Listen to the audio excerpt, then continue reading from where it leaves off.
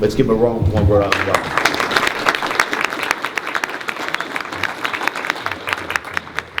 Thank you, Congressman, both for your kind words as well as the invitation to come here. I'm actually a native New Englander, so it's always great to come back. I grew up in Massachusetts in a small town just over the border from North Smithfield. My mother and grandmother from Fall River, so I spent a lot of time in Rhode Island. And thank you to our hosts for organizing this event. I'd actually never been at the museum, and I wished I had come earlier to spend more time in the museum. Also, I find it's important to establish credibility with the audience. So not only am I a native New Englander, but my roots are as an entrepreneur.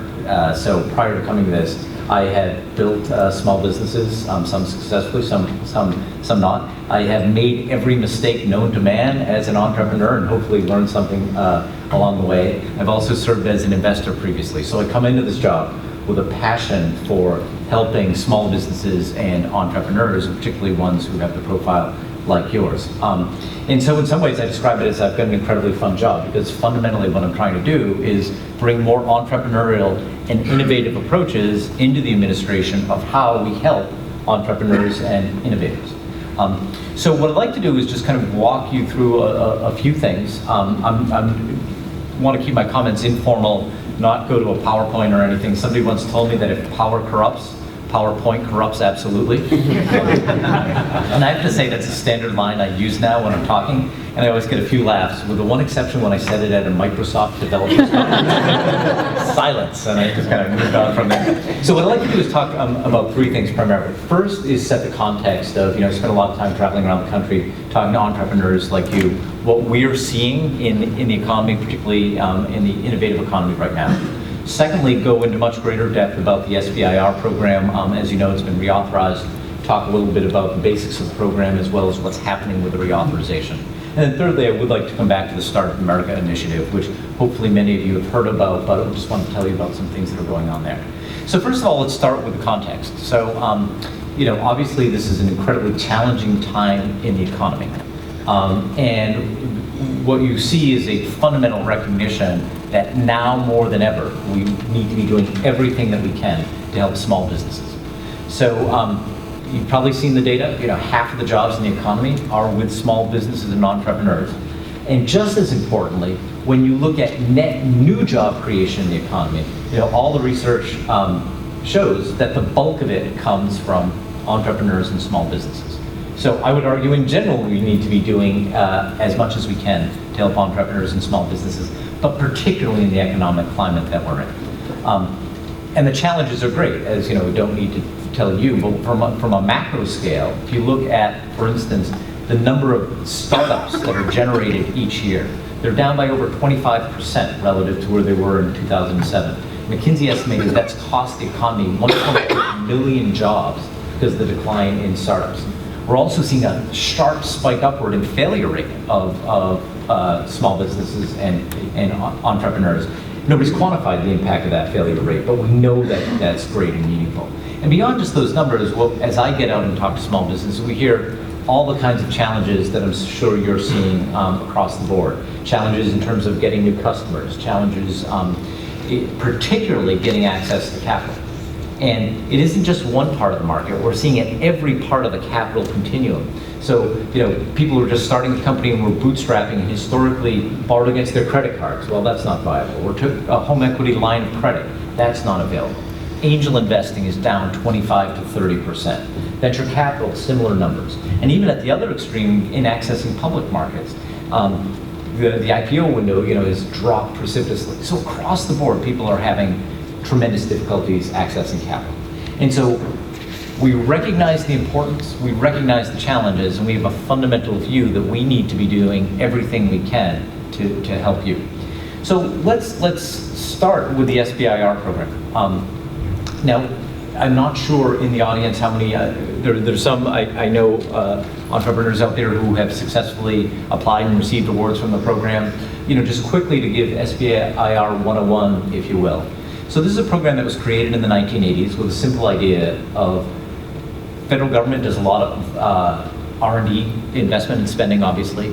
Let's carve out a little tiny piece of that to go to small businesses, because if ultimately we want to get ideas out of the lab and into the market, well, small businesses are well positioned to do that. So let's create a program to encourage the participation of small businesses in federal R&D spending. Well, that tiny little program is now $2.5 billion. So I'll just say SBIR, I'm including both SBIR and STTR as a package, $2.5 billion.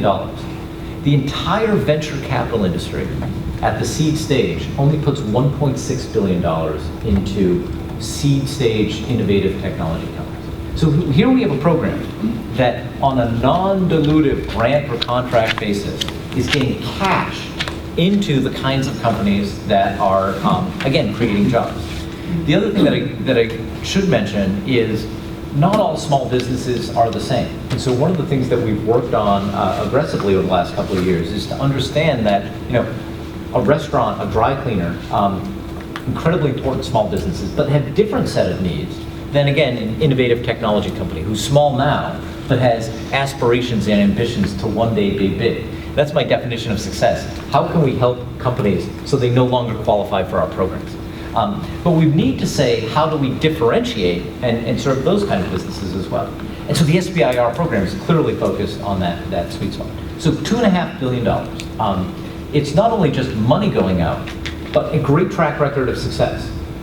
Studies have shown from the national academies that over 50% of SBIR awardees get products to market from the R&D that's been funded, which is a phenomenally high success rate and far exceeds any other federal R&D program, by a long shot, whether it's going to federal labs or universities.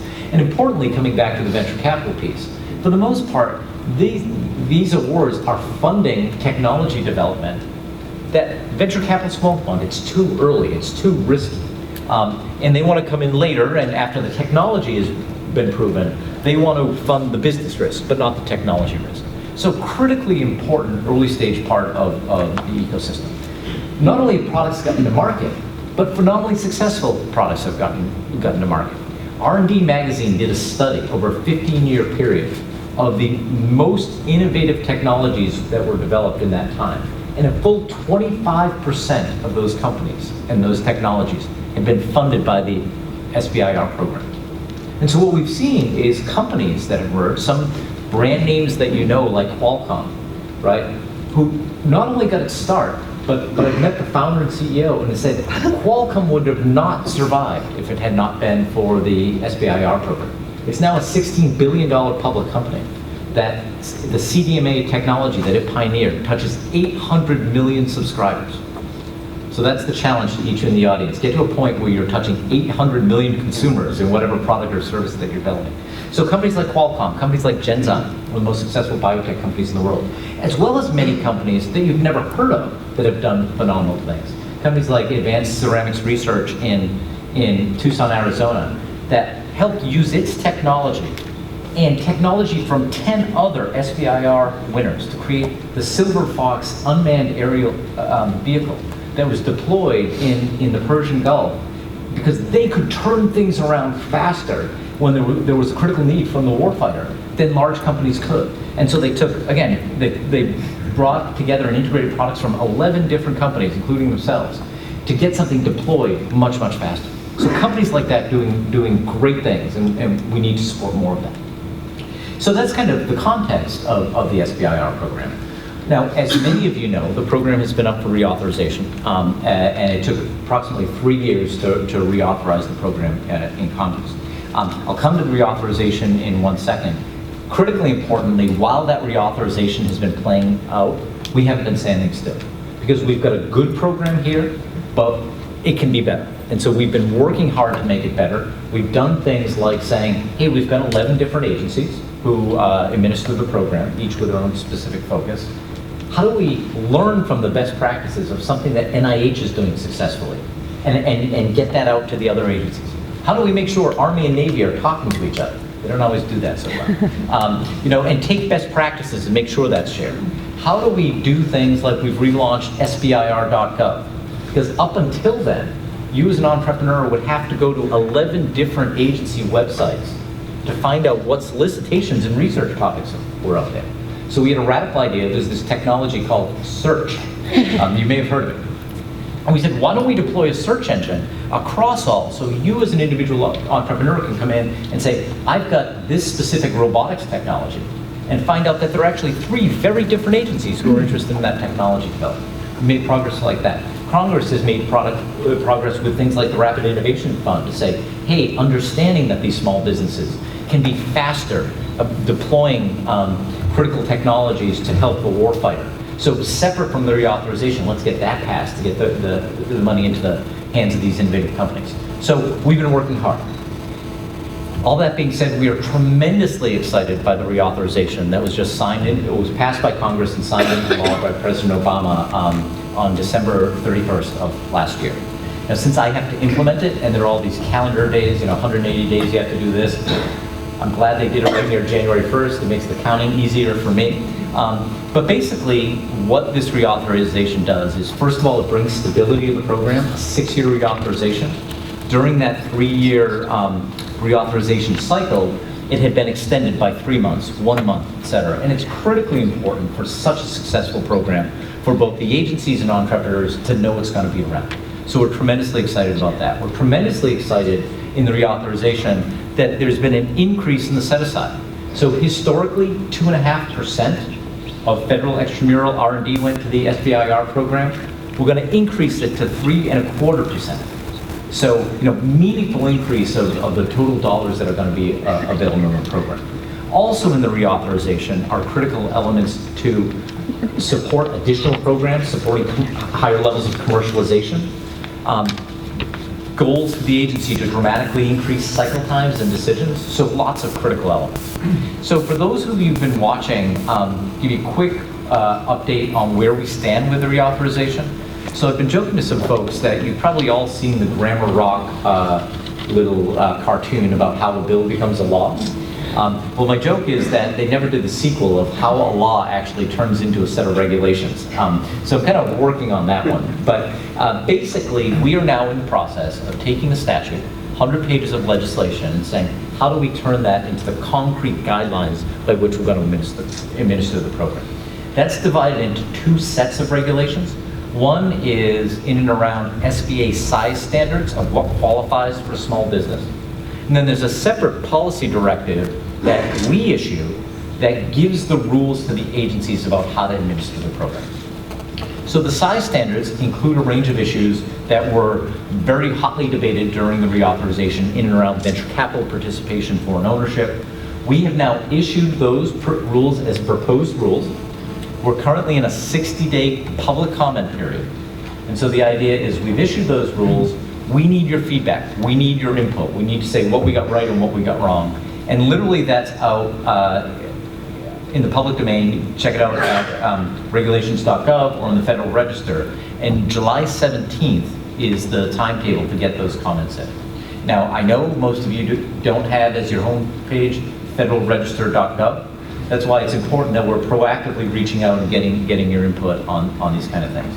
And then separately, and then based on your feedback, we'll modify and finalize the rules from there. Separately, we're issuing the directions on the policy directive, which again is how we set, while each agency implements the program, let's have a common set of standards by which we do that. And our target is, the congressional target for us was by the end of this week. We are working as hard as we can to get there, but it's incredibly important to get it out fast. The last reauthorization done 6 years ago, it took 2 years to implement. We want it implemented in 6 months, and we're doing everything we can because this is a critically important program at a critical time, and so we're doing everything we can to get it out. So we're excited about that, but I keep coming back to there's more work we need to do. A couple of things that I personally are relentlessly focused on. One is better outreach. Some of you know the program well. Too many high-quality, innovative companies don't know about the program. In Rhode Island, elsewhere, we need to be doing everything that we can to be working with the folks on this panel and others to say, how do we find the companies? How do we help make you aware of the program and how it can work for you? Second thing we're relentlessly focused on is making it more entrepreneur-friendly. Many of you in the room have PhDs. You shouldn't need a PhD in federal grant writing to figure out how to access this program. And so it is complex. We've got to reduce that complexity, and we've got to make it easier for you to apply and access the program. And then thirdly, we need to streamline and make the timetables faster. Entrepreneurs are on a different, speed matters, and I think critically important within the federal government, we've got to recognize that, understand, and be responsive to your concerns. So those are the kinds of things beyond just the rule writing process that we're saying we need to be focused on how we make things work. Critically importantly, we need to hear from you. What are we doing right? What are we doing wrong? How can we be better? And have that relentless focus on continuous improvement. So that's on the SBIR program. I want to quickly talk more broadly about the Startup America effort. As the Congressman said, I've been very involved in that. The underlying idea of Startup America was that notion of, hey, there are companies who are, for lack of a better word, who have high growth aspirations. And there are a different set of needs that those companies have than kind of the more Main Street businesses. And we need an all hands on deck approach for that. We need to work across all federal agencies. This isn't just SBA, we're going to be doing everything across the board. And we've got to fundamentally work more effectively with the private sector. So we announced, the administration announced the Startup America initiative just over a year ago. And the underlying logic is, let's do everything we can to help high growth entrepreneurs. Let's start with a recognition that the private sector plays a critical role. And so we partnered from the get-go with a newly created nonprofit called the Startup America Partnership that was led by Steve Case, founder of AOL. Kauffman Foundation came in. They signed up a rock star network of great entrepreneurs, including Fred Smith from FedEx, Reid Hoffman from LinkedIn, Tory Burch, Magic Johnson. As a Celtics fan, I was never a big Magic supporter, but now that he's an entrepreneur, I love the guy. So they're doing things in the private sector. One of the first things that we did in the Startup America effort was to say, again, another radical idea, let's get out and listen to our customers, right? So let's talk to entrepreneurs, investors, other folks in the ecosystem. Let's hear what barriers people are facing to growing your businesses. And let's ask for concrete solutions of things we can do to address those barriers. And it was great. As we're getting out there, so many entrepreneurs came to me and said, it's great that you're listening.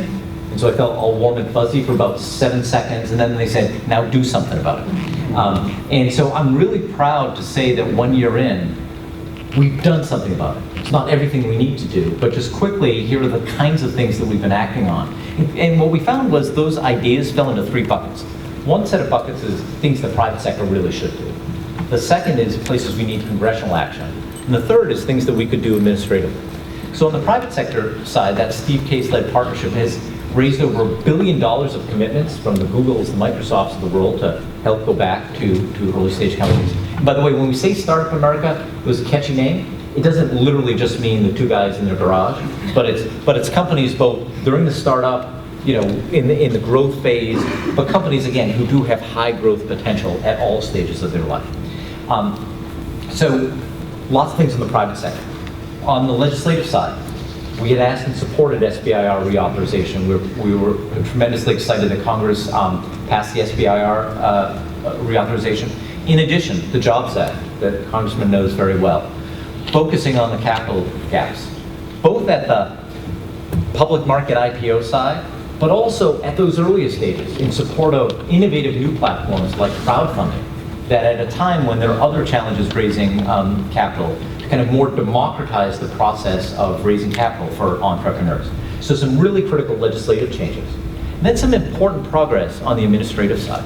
So again, the kinds of ideas. So we heard a lot about the difficulties in accessing federal procurement. Well, you can't change that overnight. But one entrepreneur said to us, you know what you can change?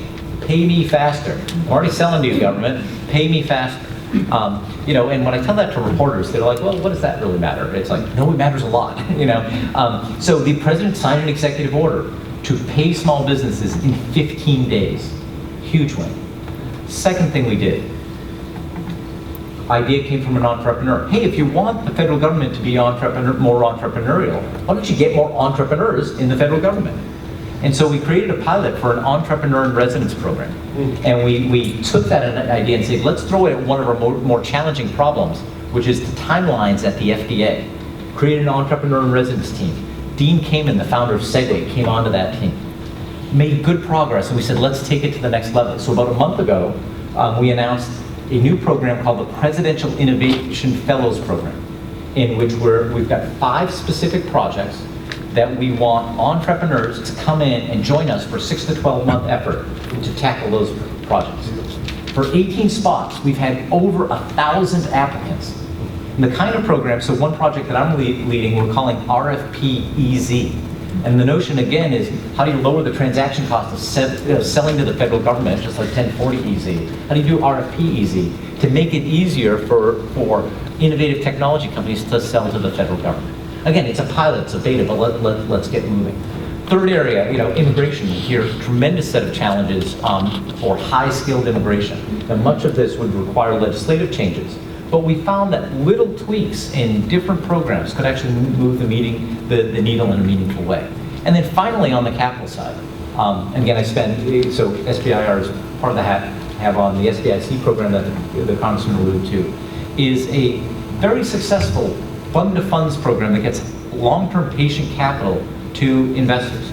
It's a program that, last year we put over $2.6 billion into the hands of small business through this network of funds at zero cost to taxpayers. And we've done that. We've hit an all-time record in the 50-year history of the program for how much capital that we got out by streamlining and reducing our processing times for new funds by 70%. So we need to do more of that. With that, we also announced the launch of a new $1 billion innovation fund, again, to go into seed stage capital funds who are investing in companies like you. So a handful of things that we can do. And so just to kind of wrap up, I've got to say that I'm incredibly proud of the achievements that we've made, but there's so much more work to do. And so looking forward to hearing your ideas, and to the one, I started with some difficult statistics of how challenging everything it is. A couple of just quick data points. First of all, in the last century, some economists have come and said, what was the most innovative decade in terms of the advancements in productivity? And their research has shown the most innovative decade in the last century was actually the 1930s. So at a time when the economy was most challenging, Teflon was created, tremendous advance in the internal combustion engine. Krispy Kreme donuts was launched. So critical innovation is important for the economy and health of the nation. So in those challenging times, and another factoid, 50+% of companies in the Fortune 500 were created and started during a recession or a severe economic downturn. So while the challenges are great, have a fundamental optimistic belief in the power of what all of you folks are doing. And I always try not to say we're from the government and we're here to help, but whatever we can do to help you in your journey, we're here and look forward to the conversation. One final apology before I hand off. I have a hard stop at the end, so if I dash off at the end, I'm not trying to avoid you. I just have another commitment I have to get to. So let me give everybody my email address. So if folks want to follow up individually, it's Sean, S-E-A-N, .Greene, like the color with an E at the end, with a fancy branch of the Green family, at SBA.gov. And thank you.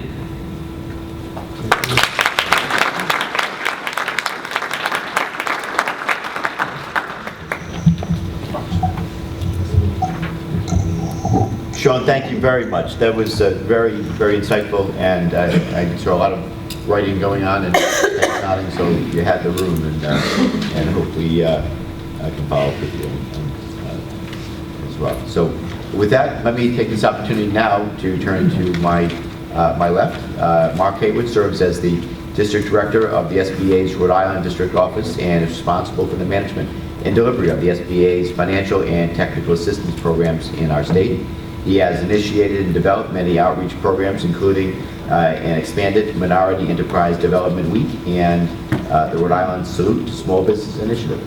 He's no small part of the work that we do here in Rhode Island in helping small business. He plays a major role. He's worked very well with our office, and I'm grateful for your friendship. I know him personally from a number of, worked with him many times, and our offices have worked together. And again, thank you for your great work. I'll turn it over to Mark Haywood. Thank you very much, Congressman. It's always a pleasure to work with you. I'm not going to say how long we've known each other, because I'm going to start people try to figure out what our age is, or at least my age. But anyway, I really am only going to give a very brief presentation here, because I think Sean has really captured a lot of the information that the SBA wants to get out to you, but I want to speak a little bit from the local perspective. Two things that are very important. You notice the loudest thunder occurred after he said it shouldn't take a PhD but to understand federal grant writing. Maybe that was a signal from on high that we should be aware of. Secondly, I want to welcome Senator Sheehan and also Representative Martin. I've had the opportunity. I think we're taking down the SBA programs one at a time, Senator.